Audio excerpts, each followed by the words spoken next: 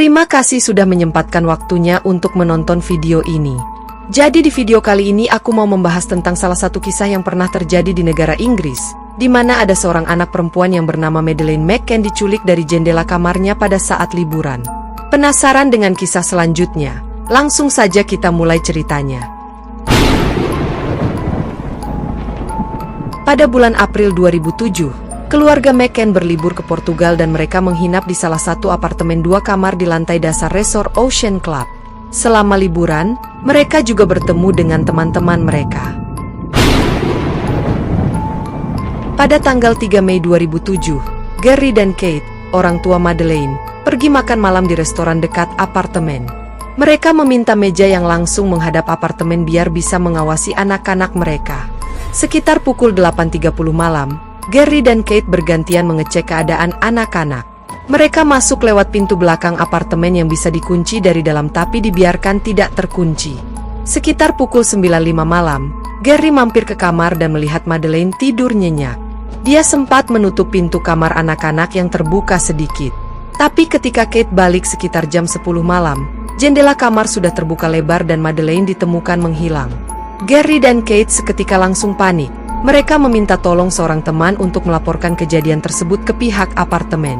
Sekitar pukul 10.30 malam, penginapan langsung memulai melakukan protokol pencarian anak hilang. Tapi sayangnya, polisi baru datang dengan anjing pelacak setelah adanya laporan.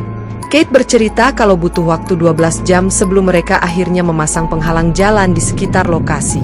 Banyak orang yang mungkin mempunyai info penting tapi malah diperbolehkan pergi tanpa diwawancarai. Kebayang tidak, informasi penting bisa saja hilang cuma gara-gara ini.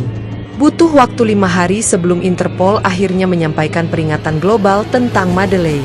Waktu yang begitu berharga di kasus hilangnya anak, tapi di kasus Madeleine, waktu berharga itu justru terbuang sia-sia. Para penyidik yang mengecek DNA di kamar Madeleine menyadari bahwa lokasi kejadian belum diamankan. Jadi DNA yang diambil kemungkinan besar sudah terkontaminasi karena banyak penyidik yang masuk bergantian. Ini menjadi masalah besar dalam penyelidikan. Berbulan-bulan setelah Madeleine dinyatakan hilang, polisi Portugal baru mulai melakukan penyelidikan. Dari hasil petunjuk, ada 2 pria tertangkap CCTV membawa anak. Salah satu pria terekam membawa anak di sekitar penginapan waktu Gary dan Kate lagi makan malam.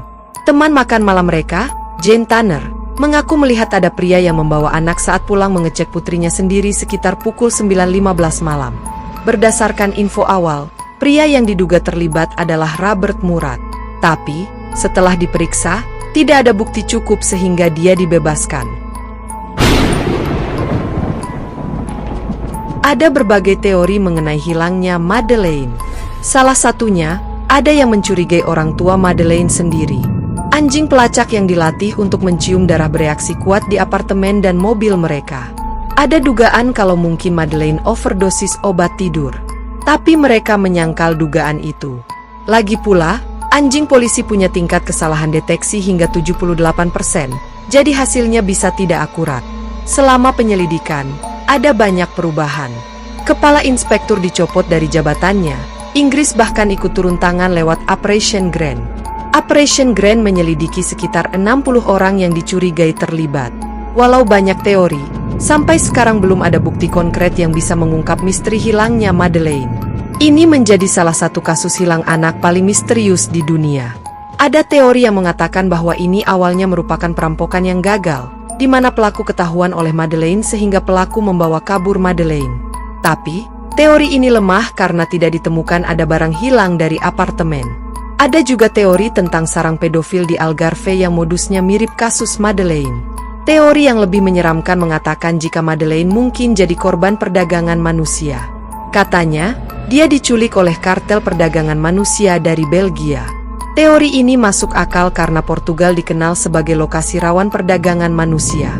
Pada tahun 2020, muncul nama Christian Bruckner yaitu tahanan Jerman yang dicurigai. Christian ini predator seksual dan kebetulan ada di Praia da Luz pada waktu yang sama. Tapi, bukti belum cukup untuk mendakwanya. Sampai saat video ini dibuat, kasus Madeleine masih belum terpecahkan. Terakhir ditemukan akun Hotmail milik Christian yang mungkin terkait dengan kasus ini, tapi belum jelas. Misteri hilangnya Madeleine McCann tetap jadi salah satu kasus anak hilang terbesar dan paling mencekam di dunia. Sekian video kali ini. Jika teman-teman mempunyai saran untuk video selanjutnya dapat menuliskan di kolom komentar. Dan juga jangan lupa untuk like, komen dan subscribe channel ini. Sampai jumpa di video selanjutnya. Bye-bye.